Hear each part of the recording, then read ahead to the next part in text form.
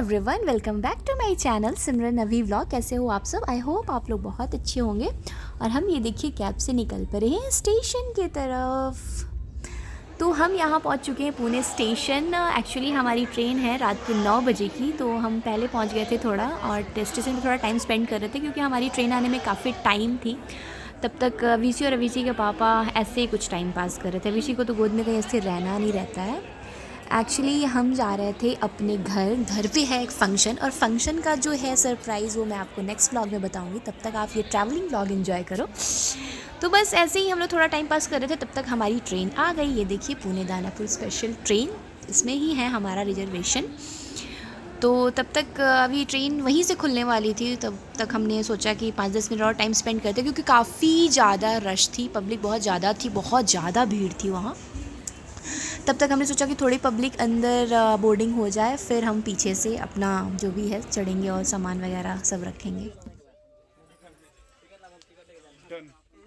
यहाँ हमने हमारी सीट नंबर थी 33 एंड 34।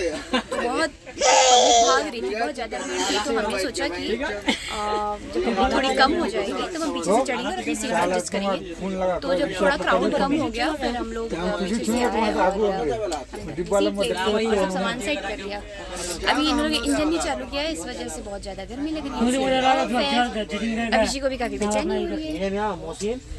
हम छोड़ दिला कम्बल खाने सब बीच मैं नहीं देख ले अभी फोन लगवा चप्पल लगा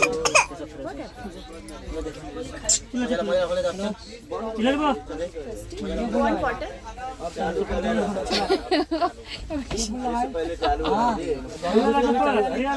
हेलो खाने का ऑर्डर खाना। और फिर हमने रात का डिनर किया। डिनर में हम पनीर पराठा लेके गए थे। डिनर करने के बाद फिर हम सो गए, और अर्ली मॉर्निंग फिर ये देखिए अभी सी जग गई है। सो ब्रेकफास्ट कंप्लीट करने के बाद यहाँ अभी कर रही थी टाइम पास, क्योंकि मैं टाइम पास ब्रेकफास्ट भी लेके गई थी। पनीर पराठे, लिट्टी, सिर्फ लिट्टी तो आप लोग पता ही होगी, चने की सब्जी, और यहाँ सब हम लेके गए थे। लेकिन इतनी सुबह सुबह भूख किसको लगती है, तब तक ये जग गए थे। अभी इसी की वजह से एक्चुअली हम दोनों तीनों जग गए। इतना ज़्यादा सुबह सुबह हल्ला करने लगती है ना, तो उसकी आवाज़ से ही जग जाते हैं हम दोनों। तो नींद तो सबकी अच्छी खासी पूरी हो ही गई थी। तब तक अभी इसी के मुंह से ट्रेन चल रही थी, ऐसा कुछ। तो हम यहाँ बहुत अच्छे से टाइम पास कर रहे थे, क्योंकि अभी 10 ही बजे थे।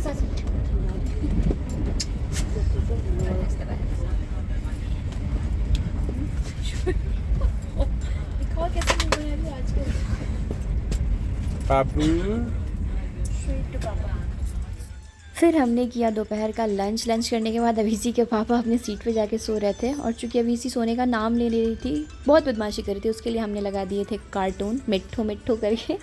तो बस सोने की प्रिपरेशन कर रहे थे हम लोग। बस अभिषेक का वेट कर रहे थे कि उसको भी देख देख के नींद आ जाए, तो हम भी थोड़ी देर अपनी नींद निकाल लेंगे। लेकिन ये देखिए उबासी आ रही है, लेकिन सोना तो बिल्कुल नहीं है। और ये मेरी शक्ल आप देख लो, बिल्कुल भूत जैसी लग रही हूँ मैं। मेरे बाल भी देखो।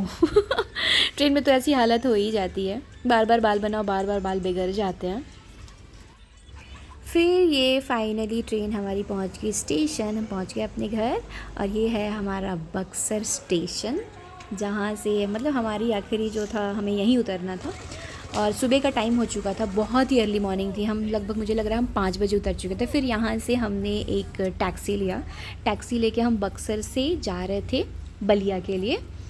तो वहाँ भी टैक्सी में काफ़ी इन्जॉय करते हुए थे। अभी भी उस साइड में एम्बेसडर दिख जाती है कैब के रूप में, तो आप वो इन्जॉय कर सकते हो। फिर यहाँ बलिया स्टैंड में आके हमने लिया ई रिक्शा। ये देखिए सीट गंदी थी, तो मैंने ड्राइवर से कहा कि भाई उसको थोड़ा डस्टिंग कर दो, तब बैठेंगे हम। क्योंकि सुबह का टाइम था तो बहुत पैसेंजर नहीं थे, और हमने स्पेशली एक अपने लिए ई रिक्शा बुक कर लिया। फिर हम अभिषेक के पापा सामान साइड कर रहे थे, फिर हम ये ई रिक्शा लेके, बहुत थोड़ा ही डिस्टेंस था, हम जा रहे थे स्टैंड में, बलिया स्टैंड, जहाँ से हमें दूसरी कैब लेनी थी। तब तक ये देखिए ई रिक्शा में खुली खुली हवा के साथ एंजॉय कर रही थी मैं। फिर यहाँ पे हम आ गए फाइनली स्टैंड में, और यहाँ लिया हमने जीप।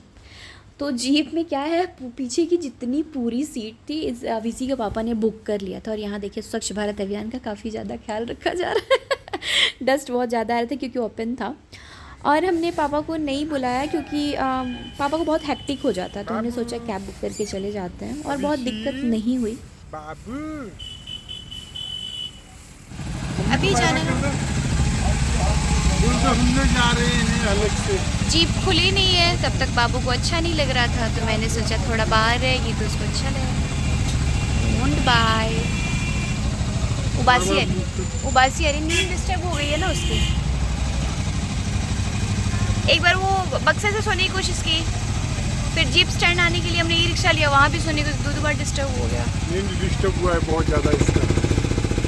बक्सर भी तो अचानक से उतरना पड़ा, सोए हुए थे हम लोग, उठ कर भागे। बाबू को तुरंत उठाकर भागा। कैसे भागा पापा, कैसे भागा, कैसे बाबा भागा बाबू को लेकर पापा। और फिर हम अब यहाँ से निकल पड़े बैरिया की तरफ, जहाँ पापा पहले से कार लेके वेट कर रहे थे। हमने एक्चुअली पापा को पहले ही इन्फॉर्म कर दिया था, तो पापा बैरिया आके वेट कर रहे थे। बैरिया से चूँकि जमालपुर काफ़ी नज़दीक है, तो वो डिस्टेंस फिर थोड़ा था, तो फिर पापा बोले कि मैं आ जाता हूँ। तो वहाँ से पापा पिकअप करने आए, हम निकल पड़े घर की तरफ। अभी कुछ नहीं, अभी तो रात फोन लगा दिया। अच्छा अभी उठने कोई लोग हो। वही पर नींदे टूटा रहा। अब तू कहा था कि हम आपसे बनी तुरंत, तो हम पंडित जी का फोन मारते थे, फोन ना उठाओ तो लो कहाँ रोले कभी अच्छा जाते कभी।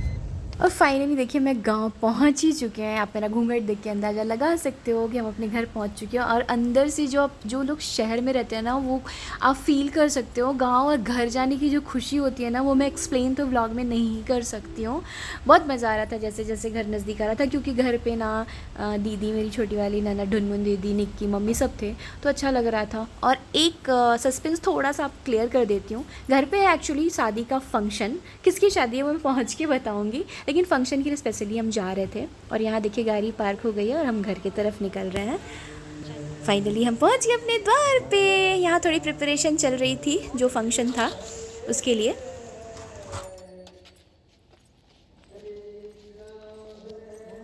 सो गाइस, घर पे सबसे हमने मिल लिया। और आगे के इंटरेस्टिंग ब्लॉग के लिए तब तक आप ब्लॉग में बने रहो।